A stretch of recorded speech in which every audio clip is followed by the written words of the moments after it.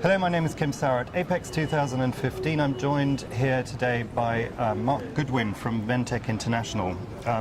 Mark, let's talk a little bit about the business. So you're Ventec International. Yes. But there's also Ventec USA, which is going to be predominantly here as a presence at the show, and there's Ventec Europe as well. Yes. So just give us a little bit of an introduction to the setup, I suppose. The setup, right. Okay, well, Ventec International is a Taiwanese company, but we have predominantly volume manufacturing in China, in Suzhou. A little bit in South China in Shenzhen, a little bit also in Taiwan, but the main HQ is Suzhou. My responsibility is to look after pretty much everything outside of Asia. I also get some crossover in Asia with the companies that have a global presence, and we've built over the last, I think it's November 2006, we incorporated the first overseas company, which was Ventec Europe Limited, the UK company. So what's that? That's 9 years now. Yep. And we've built an overseas business in that time of around about $45 million.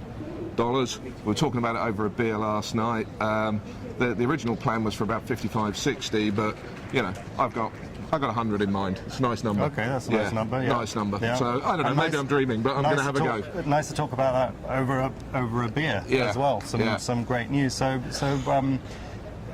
what do you attribute that to? That success?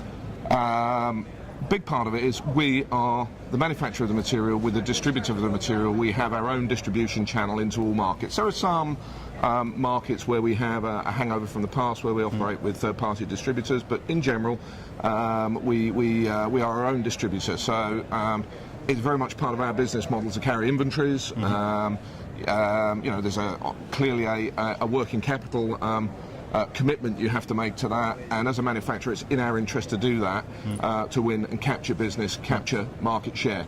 I mean, typically in Europe, in Germany, lead times are anywhere between 1 and, let's say, 7, 8, 9 days. In the UK, they're anywhere between 1 and 3, and in the USA, they're anywhere between less than 1 and 3. So how would you compare that to a distributor model? Well, distributor, first of all, distributors got to finance that inventory themselves. Now, generally speaking, they're not going to have the financial resources of a manufacturer, so it's going to be a tougher call for them. One of the things I can tell you about our UK business, I built it from nothing, is we are the UK supplier of choice for unbalanced coppers, oddball materials, because the distribution channel, the third-party distributors, don't want to carry these for the 3, 4, 5 sales a year they get, whereas we see it as part of the mix of our business, service being the key thing. I mean, we have I was looking at the operations metrics this morning. We have average lead times in our US business of about 1.25 days. In our UK business, about 1.5. In our German business, of about 7 or 8. And we have a quick response time. And we have 99% on-time delivery everywhere or above, and about 99% in time, in full. And we're managing a 6 to 8 week supply line into our inventories in Europe and the USA. So supply chain management is a key part of what we do. We do this in a very methodical way. We've got some very strong system tools for allowing us to plan this. The more information we can get from customers, the better security we can give them, the more we can commit to them.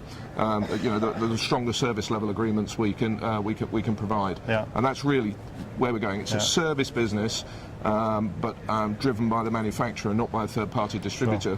You know, we want to be close to our customers. And I guess with that sort of commitment, that will require some sort of investment. So what are your plans there, or what's going on at the moment? Well, we're investing in inventory, we're investing in plant equipment that's in Europe. We've just finished a big investment plan in Europe. You've probably, in fact, I think you guys published some of the squeaky clean stuff for us all around ultra clean, ultra thin materials and very clean materials. The ESA Appendix A proposal, I believe, was adopted by IPC at the meeting yesterday. So we were part of that with one other laminator, you know, committed to driving cleanliness. That's been an investment route for us.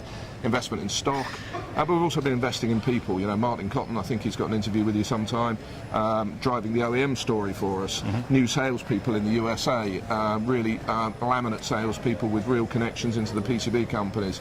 We plan to grow this business. I've already put a number out there. You know, maybe I'll get beaten up for that later, but I'm going to give it a go with a bunch of good guys. Actually, we've got a really good, strong team, all focused on getting this done. Okay, well that sounds very good. Thank you very much for your time, and good luck with the show here in San Diego. Thanks, Kim. Thank you. Cheers.